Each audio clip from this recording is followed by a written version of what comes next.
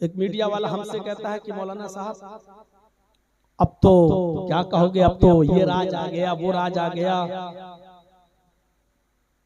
अब तो खुश, आप तो खुश होंगे, आप तो खुश नहीं होंगे, आप तो यही चाहेंगे कि यूपी में अखिलेश आ जाए।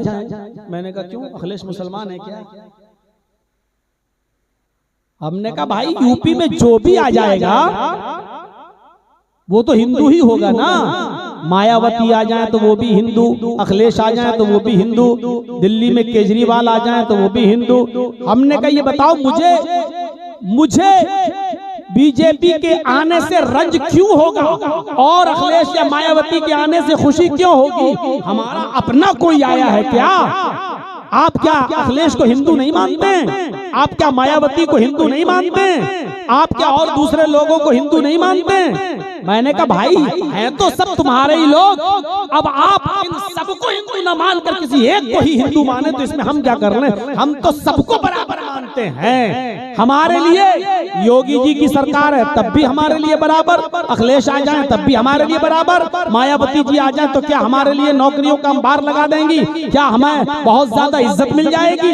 मेरे भाइयों, हमें रहना इसी मुल्क में है और आपके दरमियान में रहना है। हमारे लिए सब बराबर हैं, सब बराबर हैं। आप ये चाहें कि हमें हमारा मुकम्मल हक कोई पार्टी दे देगी तो ये हो नहीं सकता। कोई पार्टी नहीं है जो हमें हमारा मुकम्मल हक दे देगी। हमें अखिलेश आ जाए तब भी अपने हक के लिए भीख मांगना पड़ेगी, मायावती जी आ जाए तब भी भीख मांगना पड़ेगी। और आपके बंगाल में क्या आप जो समझ रहे हैं बहुत अच्छी सरकार, तो क्या आपको भीख नहीं मांगना पड़ती है? या दूसरी आ जाए तो क्या आपको भीख नहीं मांगना पड़ेगी?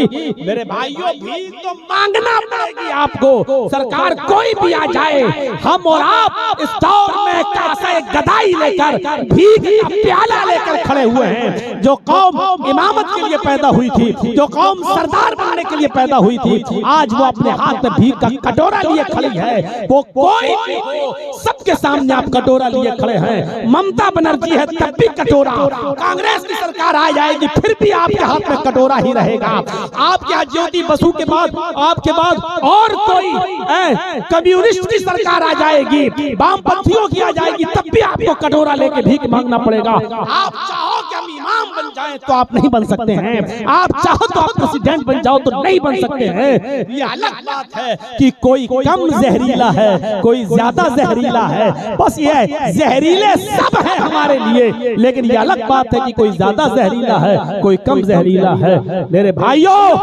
ये सच्ची बात है, इसको बर्दाश्त करना पड़ेगा आपको भी, आपके बाप को भी, और इस समाज को भी, और सोसाइटी को भी। क्योंकि हम मुत्तफिक होना जानते नहीं हैं, हम मुत्तहिद होना जानते नहीं हैं। हमारे पास अपनी कोई पार्टी नहीं है, हमारे पास अपना कोई लीडर नहीं है, हमारे पास अपना कोई रहबर नहीं है, हमारे पास अपना कोई रहनुमा नहीं है। और हमारे पास अपना रहबर और अपना रहनुमा जब होता है तो उसके मुकाबले में हम दूसरा भी ले आते हैं, हम दूसरा भी खड़ा कर देते हैं। हम किसी एक को अपना मानने के लिए तैयार ही नहीं है। जब नहीं है तो ये दिन देखना पड़ेंगे।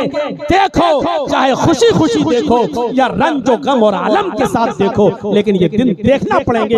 यही दिन देखना हमारा मुकद्दर है, यही हमारी किस्मत है, यही हमारी तकदीर है, यही हमारे भविष्य में लिखा हुआ है, यही हमारा नाम अमाल है। मेरे प्यारे साथियों, ये दिन हमें जो देखना पड़ रहे हैं वो अपनी बेवफाई और अपनी कमजोरी से हमें देखना पड़ा।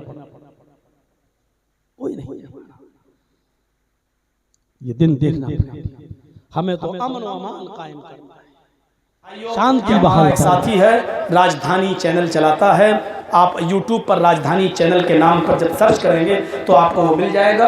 आप उसको सब्सक्राइब कर दीजिएगा, बेल आइकन दबा दीजिए, तो आपको हमारी और हमारे अलावा और उलमा की तकरीरें आपको नोटिफिकेशन में मिलती रहेंगी। आप उनको सुन सकते हो। राजधानी चैनल है, उसको सब्सक्राइब करिए और बेल आइकन दबा दीजिए।